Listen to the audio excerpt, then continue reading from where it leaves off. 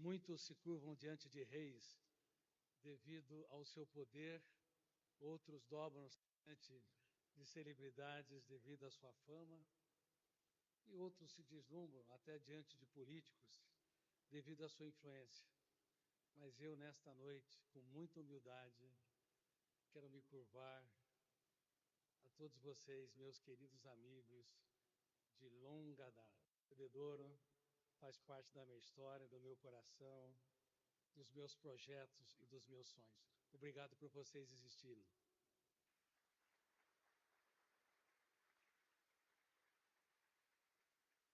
Eu demoro 7 a 10 anos para aceitar um convite de uma conferência, falo isso com humildade, e quando a Credit Citrus, Segato, o Fábio, eles me convidaram, eu não tinha agenda, mas eu tinha tantas pessoas que estavam dentro de mim, ligadas à minha história, que eu falei, eu preciso abrir um espaço e aceitar. Estou aqui no evento que foi organizado mais rapidamente, mas eu não vou dar uma conferência normal, porque eu não tenho dado, porque não vale a pena ter. A vida é rápida, fugaz. Quando você dá uma série de informações e que acabam até animando, estimulando as pessoas, mas que não geram ferramentas, tudo se perde no calor da segunda-feira. A vida é um grande comboio, um grande trem que passa numa velocidade espantosa. Entre a meninice e a velhice, são alguns instantes. Por isso, eu tenho evitado dar palestras, preleção, conferências. Eu tenho procurado dar treinamentos. E eu quero fazer isso esta noite. Eu quero dar um treinamento de um dos mais complexos programas, chamado Programa de Gestão da Emoção.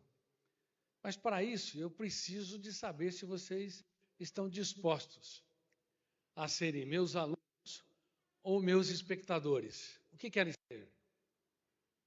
Alunos ou espectadores? Não sabe aonde se meteram.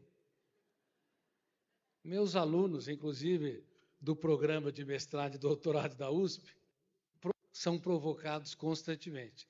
Eu vou provocar vocês durante toda a minha abordagem para que vocês incorporem algumas ferramentas fundamentais para que vocês levem por toda a sua história, toda a sua existência.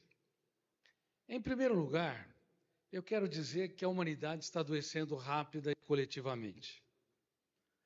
As estatísticas são assombrosas. 1 em cada 2 pessoas tem ou vai desenvolver um transtorno psiquiátrico ao longo da vida.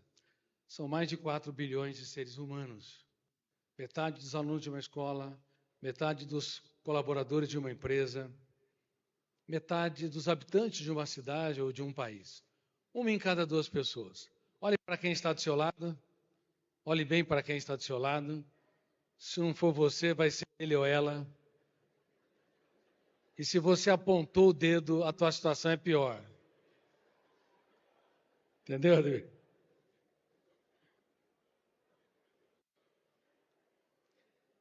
Existe alguns sintomas que refletem o envelhecimento precoce da emoção, a possibilidade de desenvolver alguns transtornos emocionais. Quem é que sofre por antecipação aqui? Levante as mãos.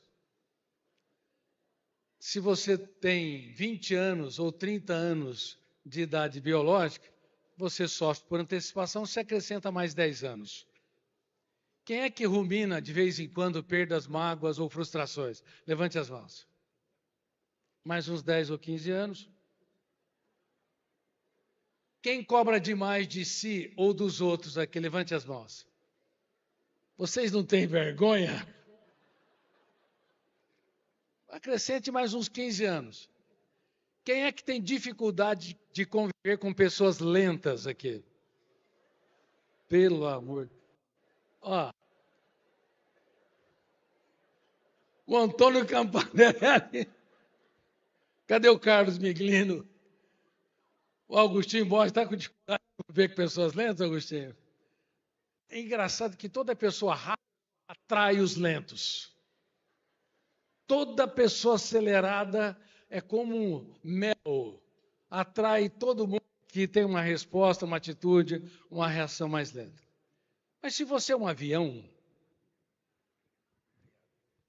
se você é acelerado, é um avião, respeite os tratores, porque eles também têm uma função cognitiva. Apesar de não construir pensamentos tão rápidos, metaforicamente dizendo, os tratores sulcam a terra e preparam o solo para os alimentos.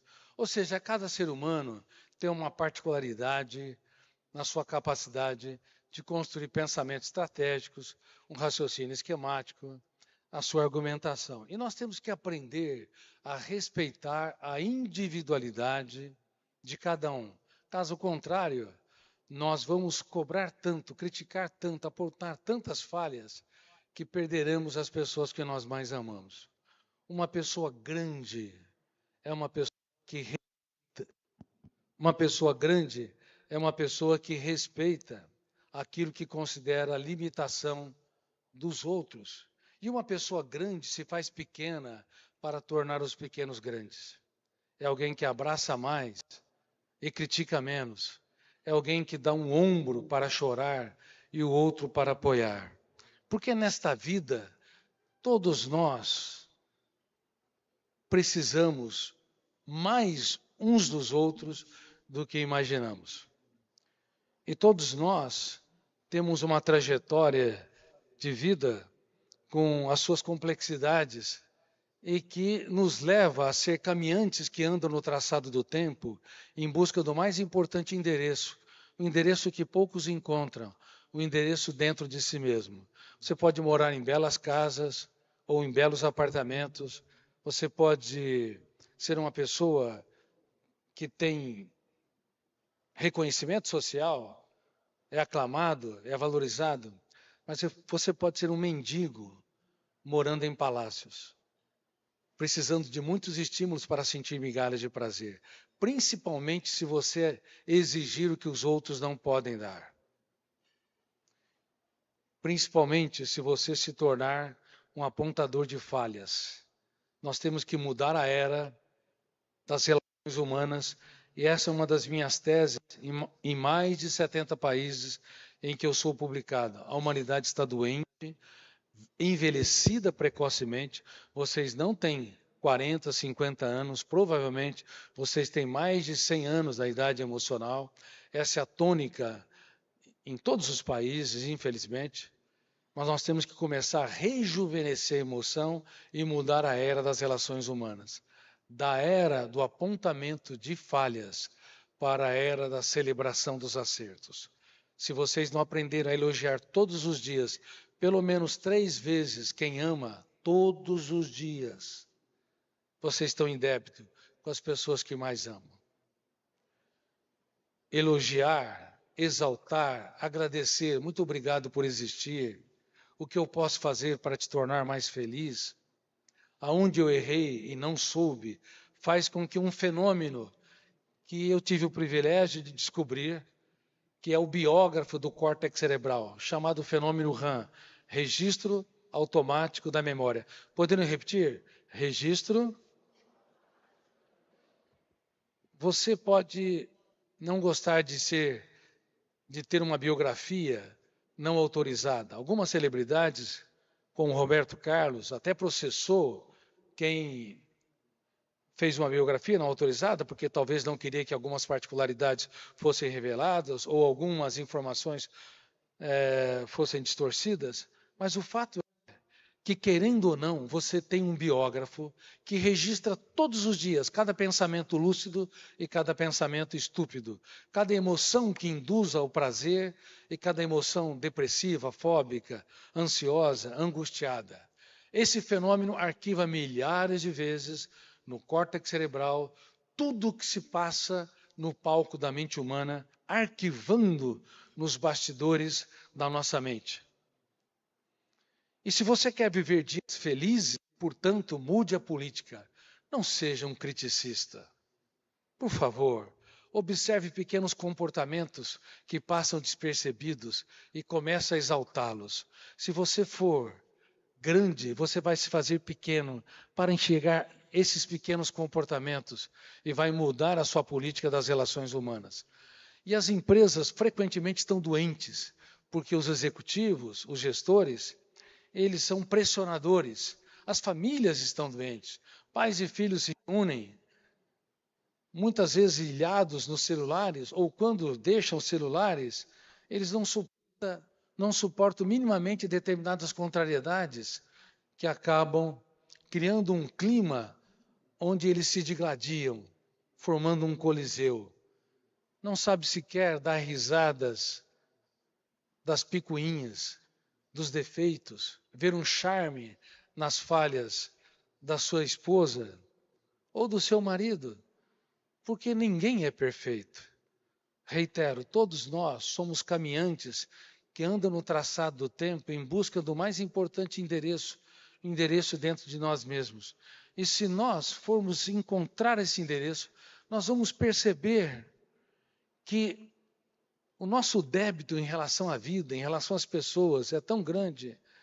Vamos perceber que, muitas vezes, por mais coerente que sejamos, nós temos comportamentos que mostram o nosso descontrole, temos reações que mostram a nossa indelicadeza, temos atitudes que mostram que não somos autores da nossa própria história, como gostaríamos de ser.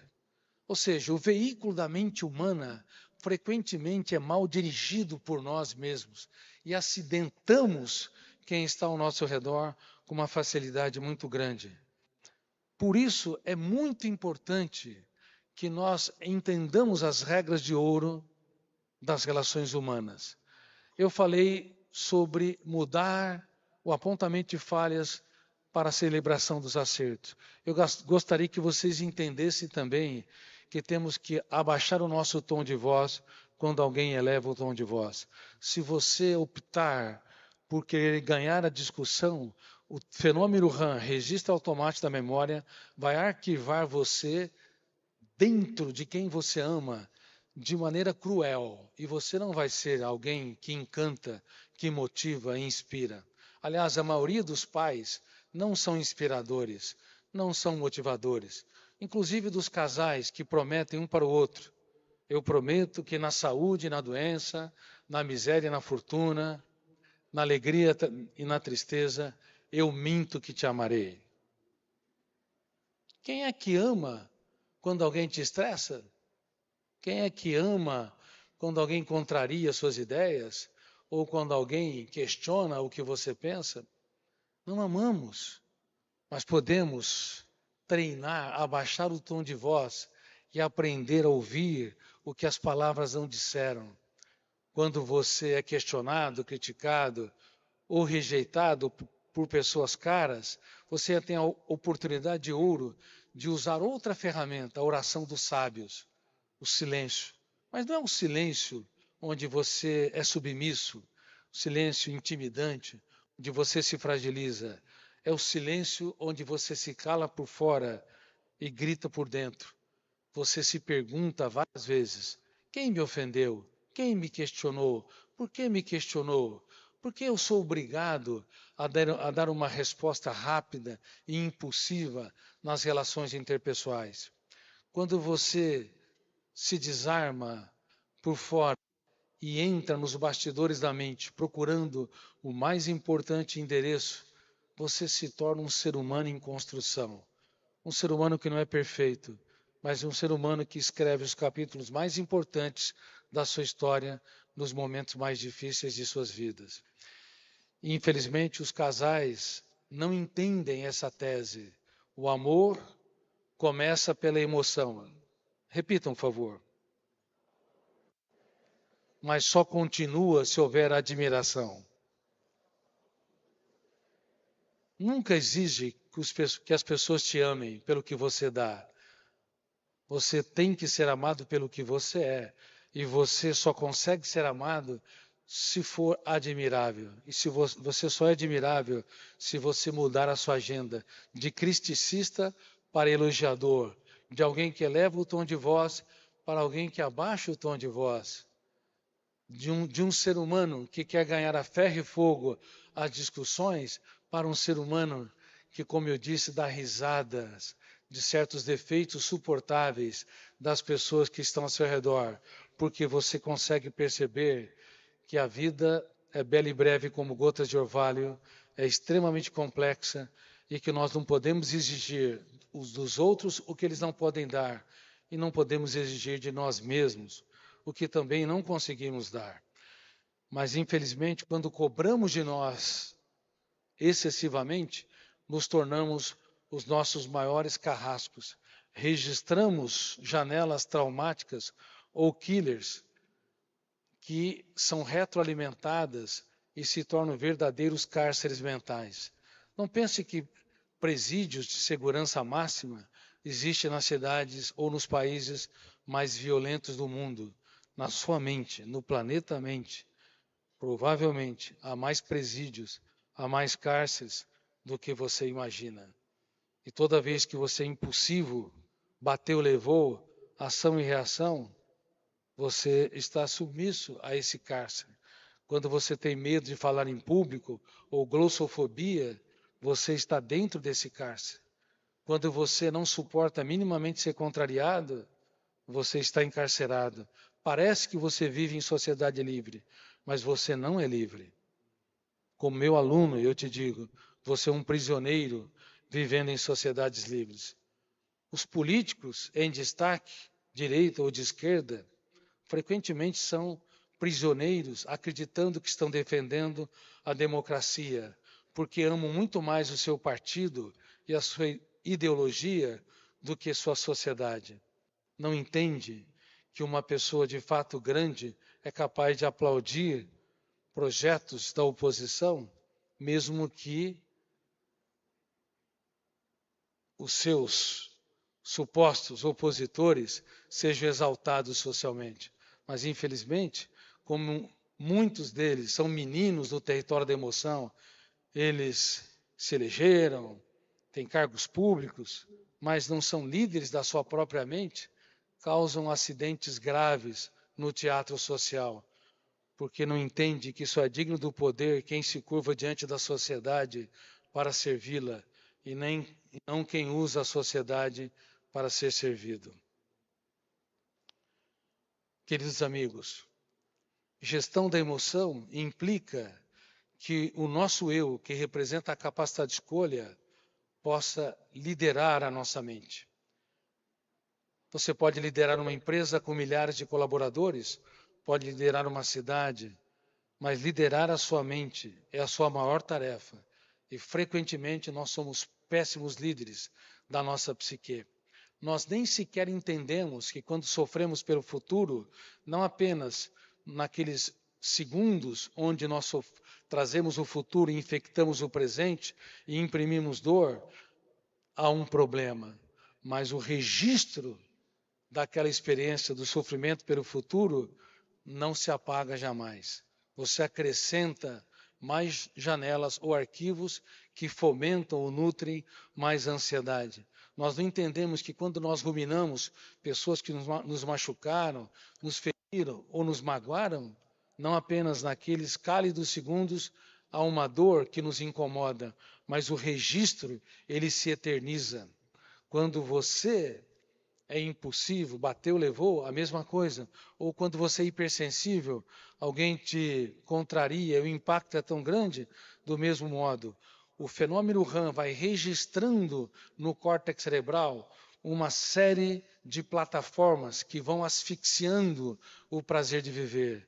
E aí nós vamos ter o que, infelizmente, as pessoas não estão percebendo. Estamos na era das pessoas que precisam de muitos estímulos para sentir migalhas de prazer.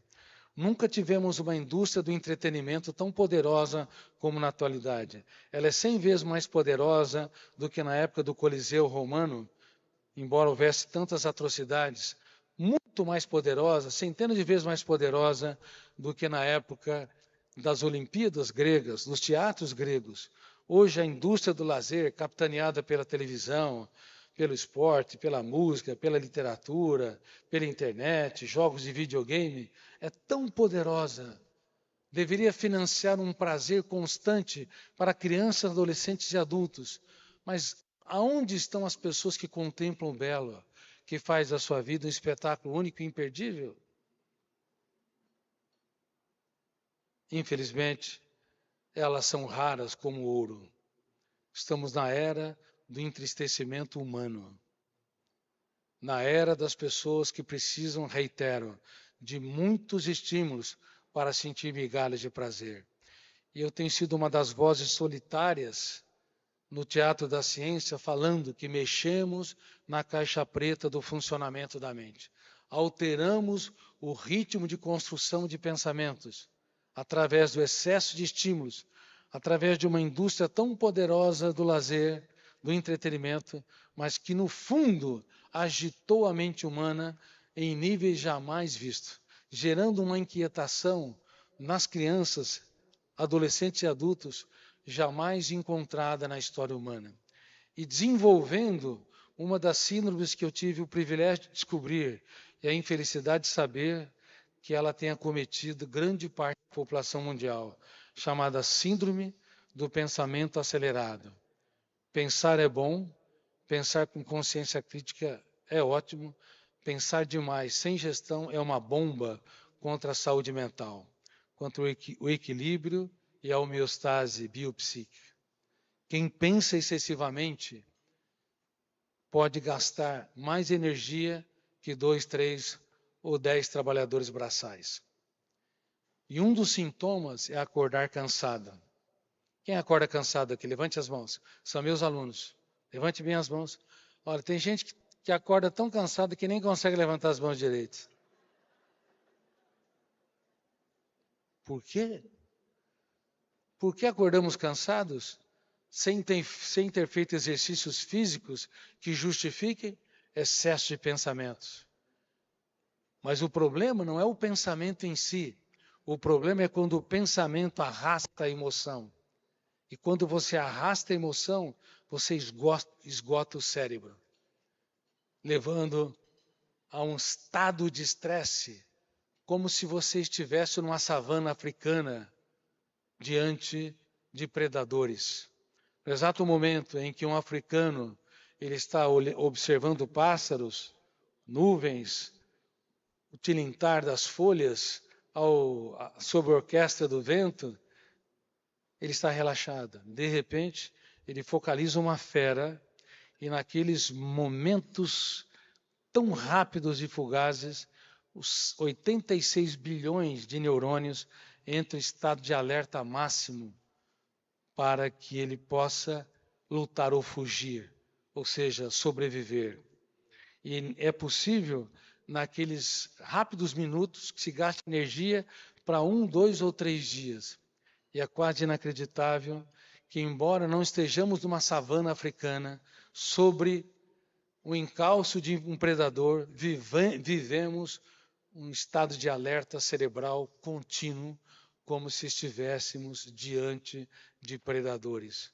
Uma mente hiperacelerada, uma mente hiperpensante, uma mente hiperpreocupada, que chafurda na lama do passado e do futuro, que não consegue descansar e está esgotada e reflete-se com um cansaço físico dramático que perturba todo o ecossistema do organismo.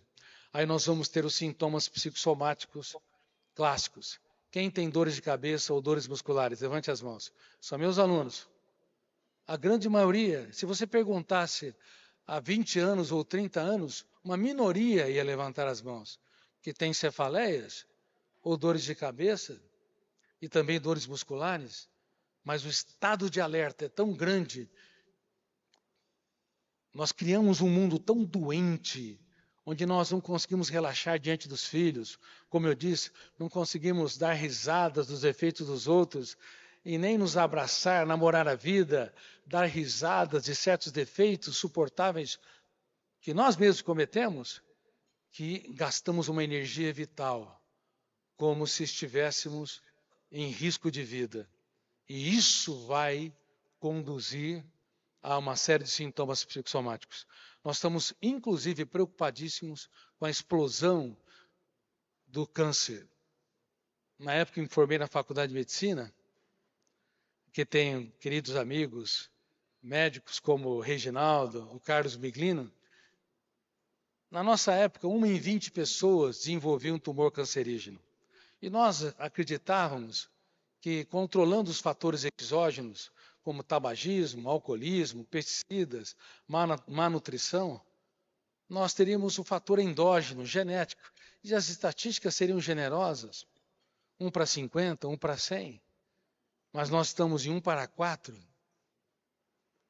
Talvez na década de 50, como tenho dado treinamento para oncologistas, 1 para 2. Cada 2 pessoas, uma pessoa vai desenvolver um tumor cancerígeno. E a célula cancerígena é uma célula egoísta, individualista, que quer ter vida própria, que não se preocupa com o organismo. Ela se multiplica sem nenhum controle e suga toda a energia possível, aminoácidos, vitaminas, carboidratos, enfim. Ela suga toda a energia, vivendo uma história individualista, egoísta, egocêntrica. Mas, no fundo, há uma metáfora aí, porque também estamos cada vez mais ilhados, vivendo em cavernas, nos nossos celulares, vivendo sem falar de nós mesmos, sem transferir o capital das experiências para quem nós mais amamos. E transferir o capital das experiências é fundamental. É você aprender a dar aquilo que o dinheiro não pode comprar, porque tudo que o dinheiro pode comprar é barato. Você pode dar o melhor carro, o melhor produto, a melhor roupa, a melhor joia. Do ponto de vista financeiro, tudo que o dinheiro pode comprar, sempre alguém tem condições de bancá-lo, é barato. Mas você falar das suas lágrimas para quem você ama, isso não tem preço, porque você vai ensinar os teus filhos a entender que não há céu sem tempestades, nem caminho sem acidentes. Você falar dos dias mais desafiadores da sua história é aquilo que o dinheiro não pode comprar.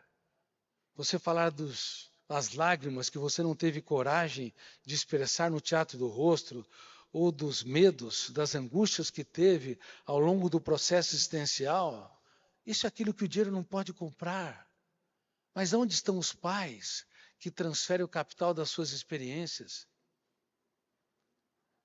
Ao longo da minha história, eu sempre me preocupei com as minhas 3 filhas, que elas não gravitassem na órbita de um psiquiatra, que tivesse ou não fama. Eu queria que elas entendessem que era um ser humano que usa os dias mais tristes e desafiadores da sua vida para construir os capítulos mais importantes da sua história. Quantas vezes chamei as minhas filhas e eu falava para elas, olha, o papai, quando estava no ensino médio, era a segunda nota da classe, de baixo para cima. Sério, papai? O papai era desconcentrado, não tinha deleite do prazer de aprender. Eu estava ali, o professor dando aula de matemática, física, química, mas eu estava em outro planeta. Aí, reunido meus amigos, eu falei, bom, cada um falava sobre o que queria ser, um advogado, outro agrônomo, professores, e eu disse, eu quero ser um médico e um cientista. Silêncio geral. Depois vieram os deboches. Aí eu aprendi a primeira ferramenta de gestão da emoção que eu ensinei para as minhas filhas. As principais decisões humanas são solitárias. Não pode depender da plateia. Às vezes você tem que tomá-las só, sem depender de apoio de ninguém. E eu passei a estudar 12 a 14 horas por dia e entrei entre os primeiros alunos. E também contei para as minhas filhas nessa transferência do capital das experiências. Quando o papai estava no 2º para o 3º ano, eu tive um acidente emocional. Eu passei por uma crise depressiva e entendi que as lágrimas que não se encenam no teatro do rosto são mais dramáticas do que aquelas que são visíveis. Aí eu expliquei a segunda ferramenta de gestão da emoção. Ou a dor nos constrói ou nos destrói. E não é defensável que normalmente um fracasso financeiro, um fracasso no casamento, uma crise depressiva, uma crise fóbica, um ataque de pânico constrói o ser humano, como frequentemente se diz. Porque o fenômeno RAM, o biógrafo do cérebro, registra como janela traumática duplo P, killer duplo P, com o poder de ser encontrada com uma agulha no palheiro em meio a milhares de janelas, milhões de arquivos e poder de ser lida e relida. Por isso, se o sofrimento, a dor, a crise não é trabalhada, aquilo se torna um cárcere mental. Nós retroalimentamos nossas mazelas. Por isso que não é defensável que com o passar do tempo as pessoas se tornam mais alegres, mais estáveis, mais tranquilas, mais sábias. Não é defensável. Isso é uma falácia. Se o nosso eu, que representa a capacidade de escolha, não impugnar, não discordar, não confrontar, como o advogado de defesa o faz no fórum. Eu dou muitos treinamentos para magistrados, juízes, Associação de Juízes do Brasil. Eu falo, se o teu eu, querido juiz, não for um advogado de defesa, impugnando, discordando, confrontando contra todo o lixo que está na sua mente, nos primeiros 5 segundos é registrado, e tudo que está registrado não pode ser mais deletado. A não ser que haja uma injúria física, o mal de Alzheimer, ou um tumor cerebral, um acidente vascular cerebral. Se não houver injúria física, o nosso eu não tem como encontrar o locus das janelas traumáticas e destruí-las. Não é possível apagar a memória. Você apaga no computador o que você quer, quando quer, porque você é um Deus. Mas na memória humana você sempre vai ser um menino que precisa se reinventar, se tornar um adulto. Então, nos primeiros 5 segundos, temos que impugnar, discordar, confrontar. Por isso que eu ensinei para as minhas filhas e ensinei para tantos milhões de leitores. Ou a dor nos constrói ou nos destrói. Nós temos que optar para nos construir. Para isso, jamais podemos se curvar a qualquer tipo de sofrimento. Mas a tendência do eu mal formado nas escolas do mundo todo, inclusive nas grandes universidades, como Harvard, Cambridge, Oxford, MIT, Universidade de Paris, de Pequim, não importa. Essa educação cartesiana, doente, superficial, que nos ensina a conhecer o mundo de fora, mas não nos ensina minimamente a ser líderes da nossa própria mente, a reciclar o lixo mental nos primeiros 5 segundos em que ela aparece, essa educação está formando pessoas doentes para uma sociedade doente. E quanto pior a qualidade da educação, mais importante tem sido o papel da psiquiatria e da psicologia. Então, eu te pergunto, a dor que você passa, ou que você já passou, ou que você vai passar, te constrói ou te destrói?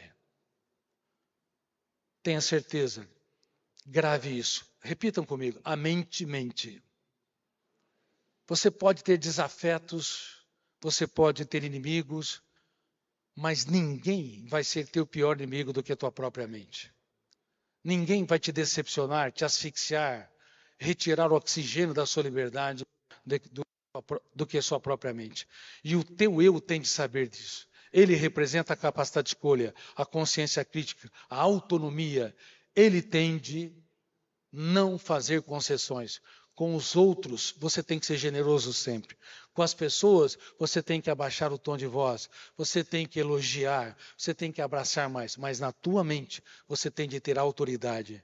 Se você não impugna, não discorda, não confronta, por mais que seja um intelectual, por mais ético, por mais religioso, não importa a sua religião, você pode ser um prisioneiro vivendo em sociedades livres.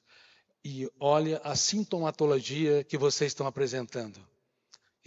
Inclusive, representando o envelhecimento precoce da emoção. Bom, eu procurei me construir e comecei a produzir conhecimento no segundo para o terceiro ano, sem saber que eu estava pesquisando, teorizando sobre a última fronteira da ciência, que é o processo de construção de pensamentos e formação do eu. Eu escrevia inúmeras páginas todos os dias que estava na faculdade de medicina. E no quarto ano, eu fiquei 4 horas por dia no diretório acadêmico, num lugar lúgubre, sujo, cheio de caixa de remédio, escuro, escrevendo. E ninguém entendia por que eu estava escrevendo. Eu estava me procurando. O que penso? Por que penso? Porque muitas vezes eu produzo ideias perturbadoras que eu não consigo freá-las. Porque minha emoção desenvolve uma agenda hipersensível, onde pequenos problemas têm um impacto muito grande, porque eu uso roupas para me proteger, tem janelas que protegem o meu quarto, mas a minha mente é terra de ninguém. Por que esse paradoxo? Escrevi, reescrevi, escrevi, reescrevia. E quando eu terminei a faculdade de medicina, eu procurei várias editoras para publicar meu primeiro livro. Sabe quantas editoras me receberam de braços abertos? Nenhuma. Bom, aí eu resolvi fazer pós-graduação na PUC de São Paulo, mestrado, e me tornei consultor do jornal Folha de São Paulo, mas eu tinha um sonho de construir uma nova teoria sobre essa fronteira da ciência, o mundo que nos tece como Homo sapiens. O que é o pensamento? Como ele se forma? Qual a sua natureza? Quais são seus tipos? E quem os produz?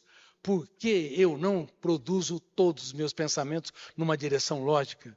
Por que muitos pensamentos são produzidos sem que o meu eu autorize? O que é essa mente humana tão complexa para dirigir? Bom, aí fazia entrevistas em várias redes e canais de TV, como eu disse, era consultor do jornal Folha de São Paulo, consultor científico, mas eu estava traindo o meu sonho de produzir essa teoria, construir esse conhecimento nessa área. Então eu saí de São Paulo, no auge da fama, e procurei alguns amigos, inclusive o Carlos Miglini. Cadê o Carlos? Cadê? Carlos, está aqui, Carlos. Aplauda meu amigo Carlos Miglini. Saí de São Paulo e vim para o interior, Bebedouro, uma cidade desconhecida, praticamente por mim, já tinha passado aqui rapidamente, e eu atendi meus pacientes da cidade, depois da região, depois de outros estados, comecei a atender pacientes de outros países, aqui que vim em Bebedouro, e nos intervalos eu escrevia a teoria, nos finais de semanas, e nos feriados também, escrevia e reescrevia, e se passaram quase 20 anos.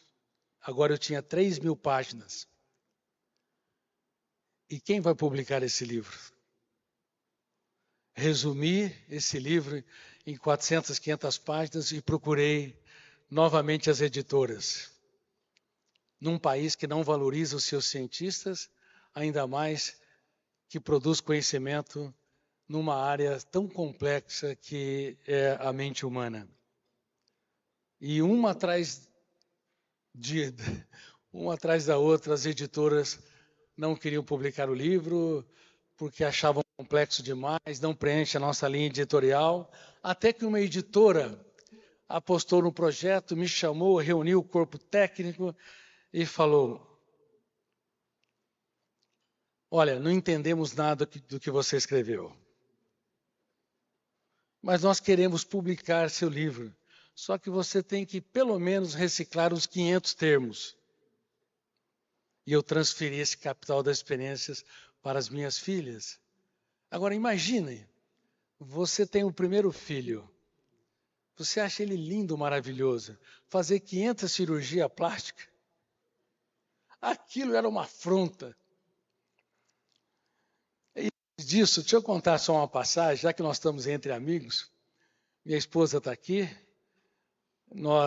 eu fazia o 4º ano, ela fazia o 2º ano de medicina, quando tinha uma dificuldade financeira grande, levei ela para tomar um suco, E de repente, na saída, caiu um bilhete, e ela achou que se tratava de outra garota, e era os meus escritos sobre a mente humana que fazia nos ônibus, nas ruas.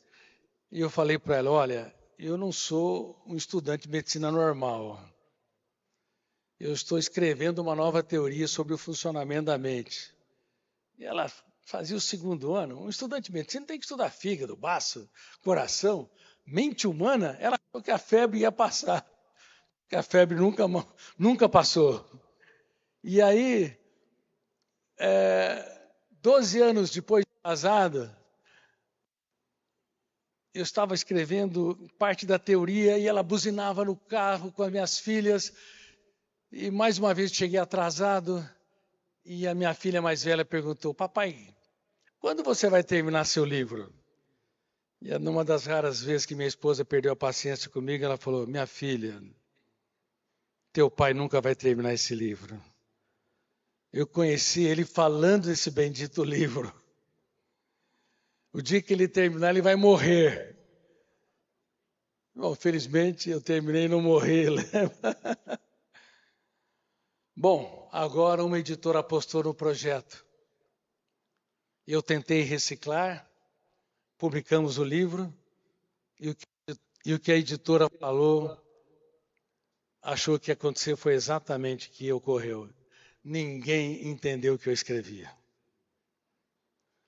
Ou eu agora reciclava o conteúdo, escrevia de uma maneira mais simples, mais acessível, ou terminava a minha história.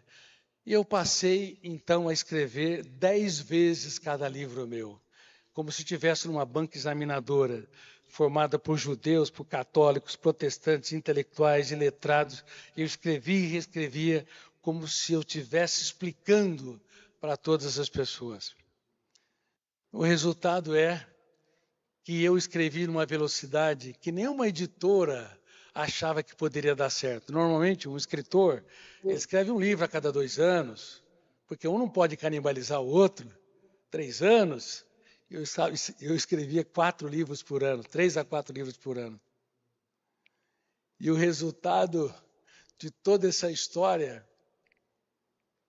é que aqui em Bebedouro, onde eu escrevi em muitos intervalos das consultas, em muitos feriados, também no centro da floresta que eu morei em Colina, essas ideias contagiaram milhões de pessoas e hoje as editoras me consideram o psiquiatra mais lido do mundo na atualidade.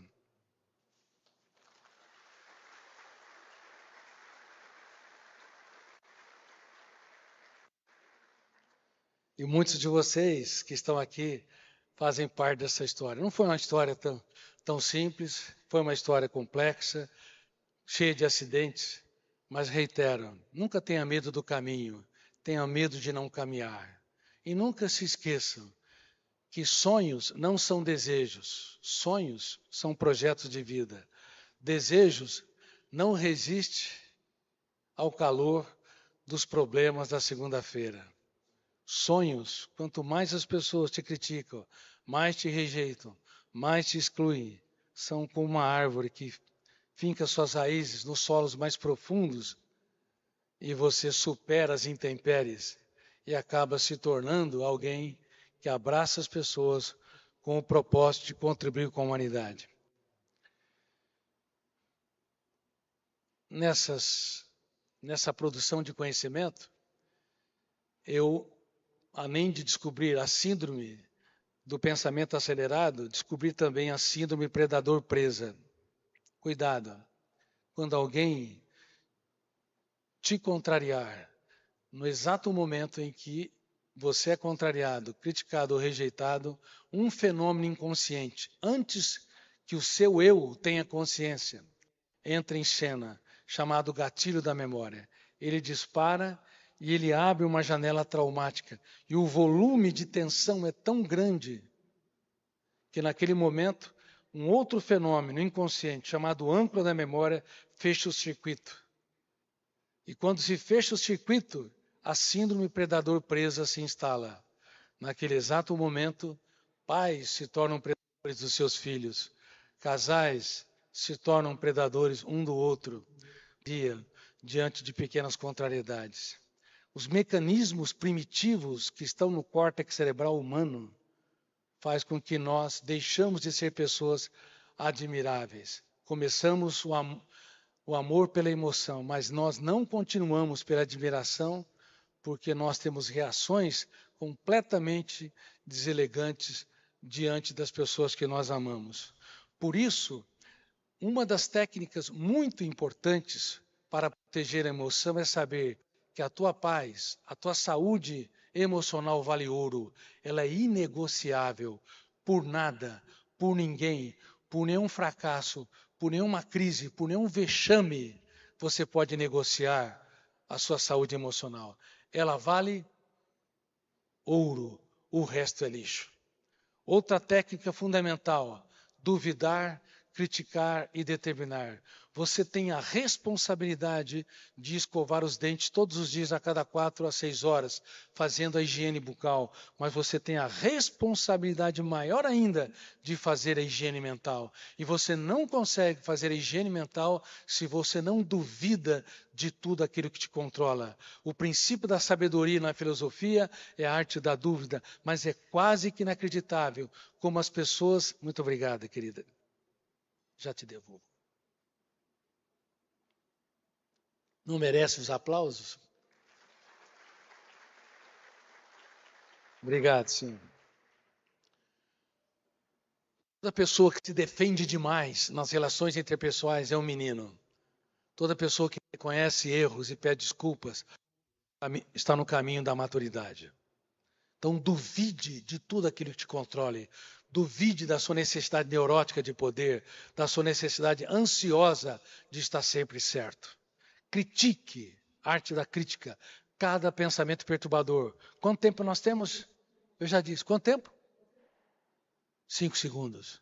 Critique tudo aquilo que, de alguma forma, retire você do autocontrole. Você tem que criticar seus medos, você tem de criticar sua impulsividade, tem de criticar sua necessidade ansiosa de sofrer por aquilo que não aconteceu.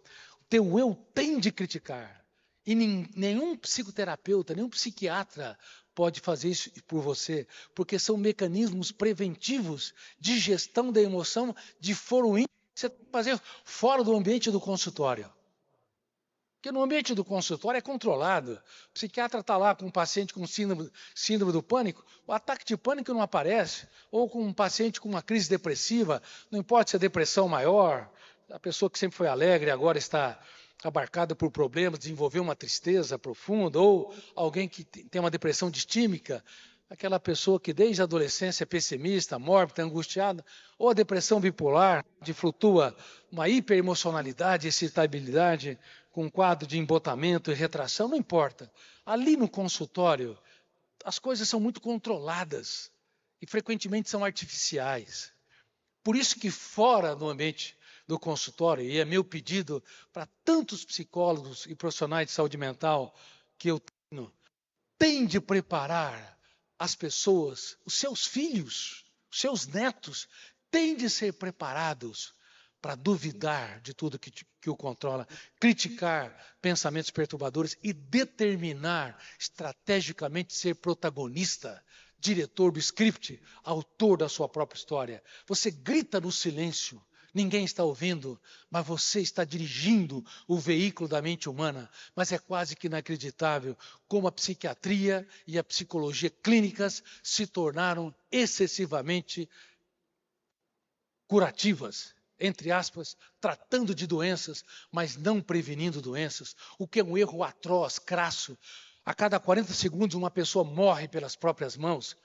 Alguém se suicida, a cada 4 segundos alguém tenta o suicídio. E o que nós vamos fazer por elas? Nós temos que ensiná-las a entrar no teatro da mente humana, sair da condição de espectador passivo na plateia, entrar no palco e dar um escândalo contra todo o lixo mental. Duvidar, criticar e determinar ser gestor da emoção é fundamental. Podemos repetir? Duvidar, criticar e determinar. Você tem de viver essa experiência todos os dias. Não basta, e reitero, fazer higiene bucal, fazer higiene corpórea a cada 24 horas, ou tomar banho 2 vezes por dia. Se você não toma banhos, não faz a higiene mental.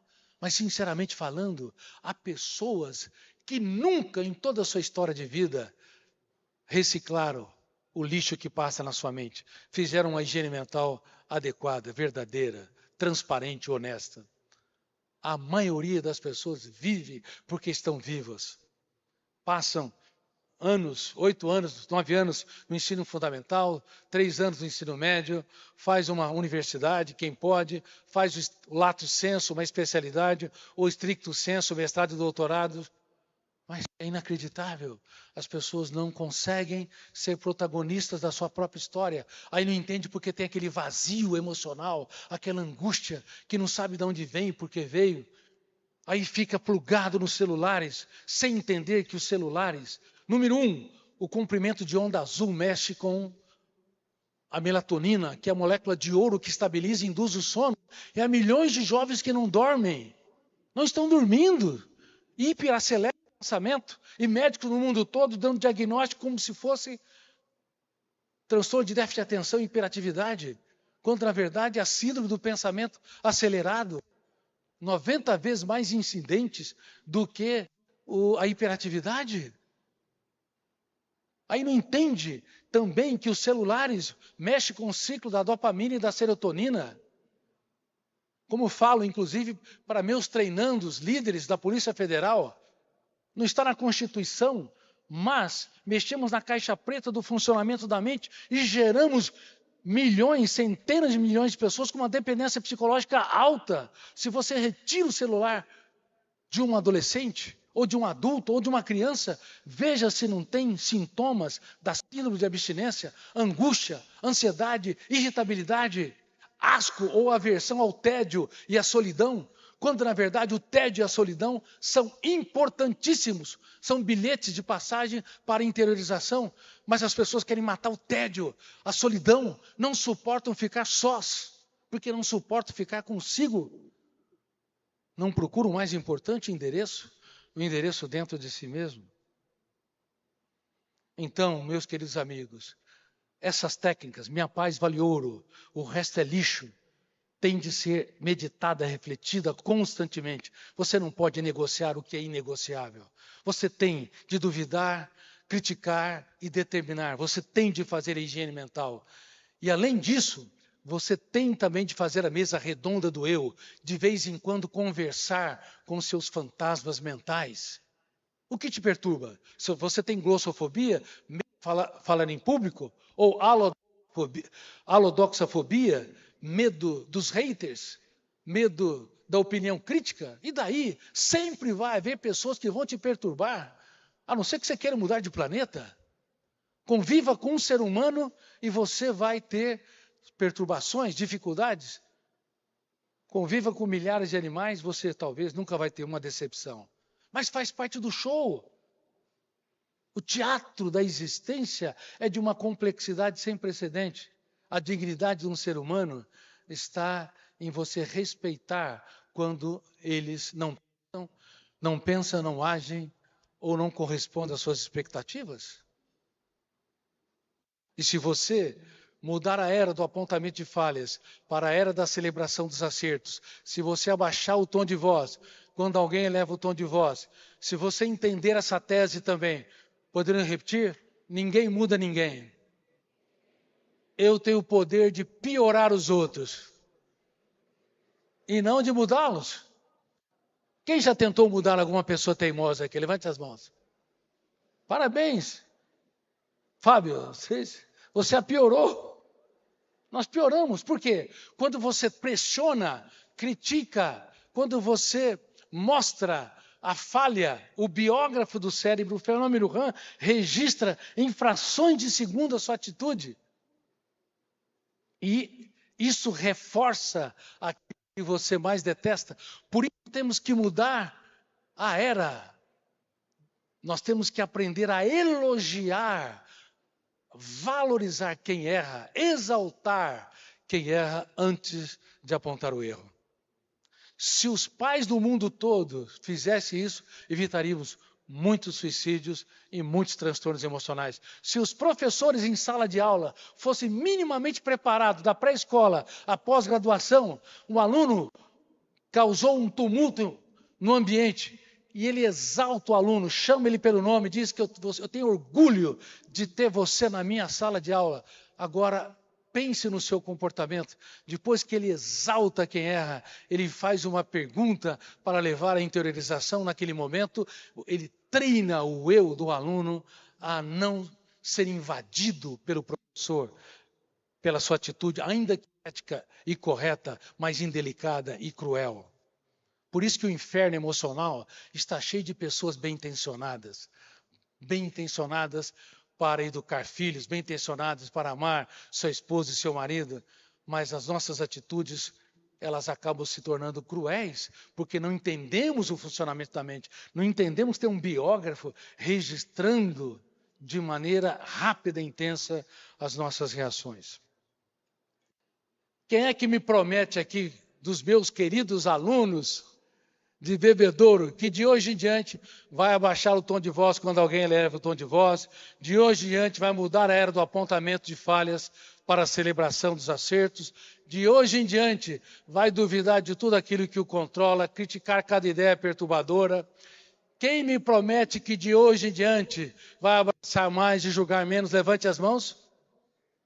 Eu não confio em vocês.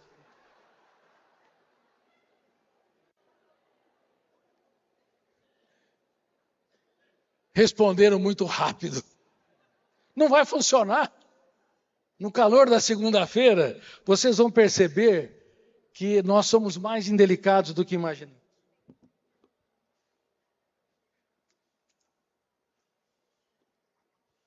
Mas quem me promete que vai treinar todos os dias, mesmo quando falhar, errar ou claudicar? Levante as mãos. Treinar, treinar e treinar. Por isso eu encerro o meu breve treinamento. Algumas mulheres me dizem: Dr. Cury, casei com um homem muito complicado, muito difícil, muito lento. Minha filha, se você escolheu um homem muito complicado, difícil e lento para conviver, você não deve ser tão fácil. Esse homem vai ficar pior ainda se você usar antitécnica de gestão da emoção. Toda vez que ele ficou mais rápido, você fala: querido, como é que você é um avião? Toda vez que ele for mais generoso, altruísta, fala: querido, eu estou surpreso de todas as coisas que eu conquistei na vida, você é a melhor delas. Se você surpreender os outros, você vai se tornar admirável. Uma pessoa admirável não é uma pessoa comum, tem respostas comuns, previsíveis, que o outro ou a outra já espera. Uma pessoa admirável dá respostas, tem atitudes previsíveis e inesperadas. Aí você vai dar aquilo que o dinheiro não pode comprar. Então, eu sinceramente espero que vocês se tornem grandes gestores da sua emoção. E se treiná-la, geri-la, não tenha medo de falhar, porque vão falhar. E se falharem, não tenham medo de chorar. E se chorarem, por favor, repense suas vidas, mas não desistam. Deem sempre uma nova chance para si e para quem vocês amam. Saibam que os perdedores veem os raios e se amedrontam. Os vencedores veem a chuva no mesmo ambiente e com ela a oportunidade de cultivar. E nunca se esqueçam que jamais deveriam desistir dos seus sonhos e das pessoas que estão ao seu redor, pois apesar dos seus defeitos, tenham certeza absoluta, você não é mais um número na multidão, mais um número de cartão de crédito. Você é um ser único, irrepetível e insubstituível.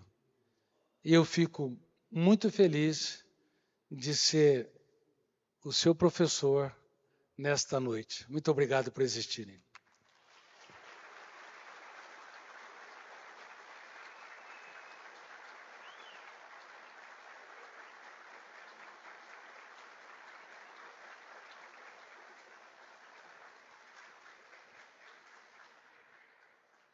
Vou pedir para o senhor ficar aqui no palco com a gente, porque agora eu convido o Segato a entregar um brinde e aí concretizar esse nosso agradecimento por essa palestra, esse treinamento fantástico, né, Segato? Boa noite a todos e a todas. Nessa aula magna, sentimental, sentimentos, nós gostaríamos de agradecer a sua presença de vereador, que te reencontra, né? Você bem colocou, e que trouxe para nós alguns ensinamentos, algumas provocações, que a gente tem que aplicar no dia a dia. Eu recebo carinho de todos, quase 170 mil associados da Credicitos, que estão nos mais de 120 municípios distribuídos no Brasil.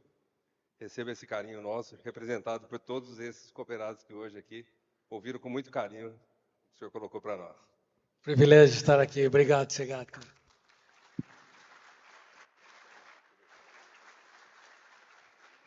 Doutor, uma lembrancinha. Obrigado.